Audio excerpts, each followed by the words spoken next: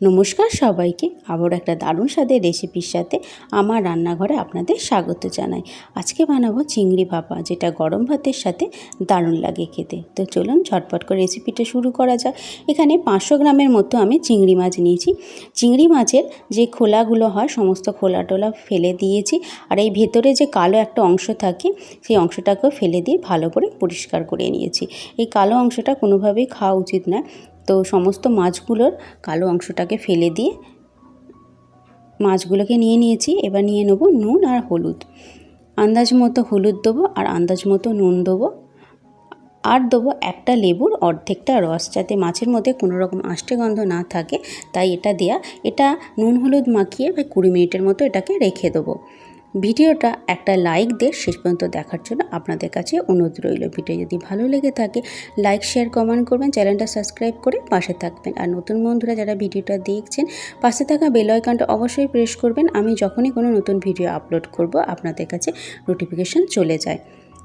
তো নুন হলুদ ভালো করে মাখিয়ে নিচ্ছি, যাতে সব মাছগুলোর মধ্যে ভালো করে নুন আর হলুদ মাখানো যায়। 20 মিনিট রেখে দেবো। এবার একটা তৈরি করব মশলা। তার জন্য নিয়ে নিলাম হাফ টেবিল চামচের মতো কালো সর্ষে, 1 টেবিল চামচের মতো সাদা সর্ষে আর 2 টেবিল চামচের মতো পোস্ত। কালো সর্ষের পরিমাণটা কমই দেবেন, যাতে মাছটা নালে তেঁতো হয়ে যাবে। এবার এটাকে একটু শুকনো অবস্থায় গুঁড়ো করে নেব। শুকনো অবস্থায় গুঁড়ো করা হয়ে গেছে। এবার এতে দিয়ে দেবো আমি নারকেল। আমি শুকনো নারকেল দিচ্ছি। আপনারা চাইলে এমনি যে নারকেল হয় সেই নারকেলের দুধও দিতে পারেন বা গোটা নারকেলও দিতে পারেন। তো আমার কাছে শুকনো নারকেল ছিল, ডেসোকেটেড নারকেল, যেটা অনলাইন শপে বা যে কোনো গ্রসারি স্টোরে পাওয়া যায়। দিয়ে দেবো 3 টেবিল চামচের মতো টক দই, আর দেবো এখানে আমি কাঁচা লঙ্কা দিলাম। ঝালের আন্দাজ অনুযায়ী দিচ্ছি, আপনারা আপনাদের আন্দাজ মতো দেবেন। দিয়ে দিলাম অল্প পরিমাণে একটু জল, দিয়ে দিলাম আন্দাজ মতো নুন আর চিনি। চিনিটা অবশ্যই দেবেন স্বাদটা ব্যালেন্স করার জন্য, যেহেতু টক দই দিয়েছি সেই জন্য। এবার ভালো করে এটাকে পেস্ট বানিয়ে নেব। এবার নিয়ে চলে এসেছি একটা টিফিন বক্স। এই টিফিন বক্সের মধ্যে আমি চিংড়ি মাছটা সেদ্ধ করব।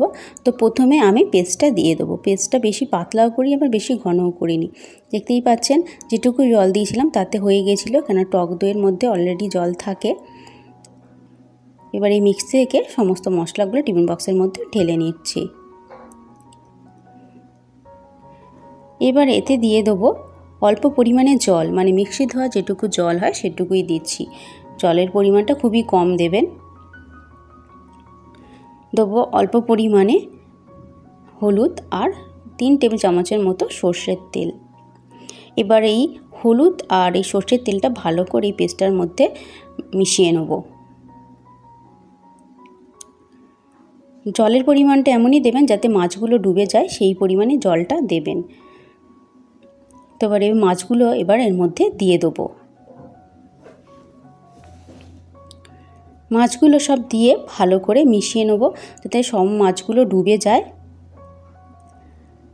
এই পেস্টটার মধ্যে, যাতে সেদ্ধ হতে পারে। তো চামচ দিয়ে আমি একটু নেড়ে দিচ্ছি, যাতে মাছগুলো ডুবে যায় আর ভালো মতো সেদ্ধ হতে পারে। ভালো করে মেশানো হয়ে গেলে লাস্টে আমি দেবো এখানে কাঁচা লঙ্কা। আপনারা আপনাদের ঝালের আন্দাজ অনুযায়ী দিতে পারেন। তো আমি এখানে আরও 2টো কাঁচা লঙ্কা দিয়ে দিলাম।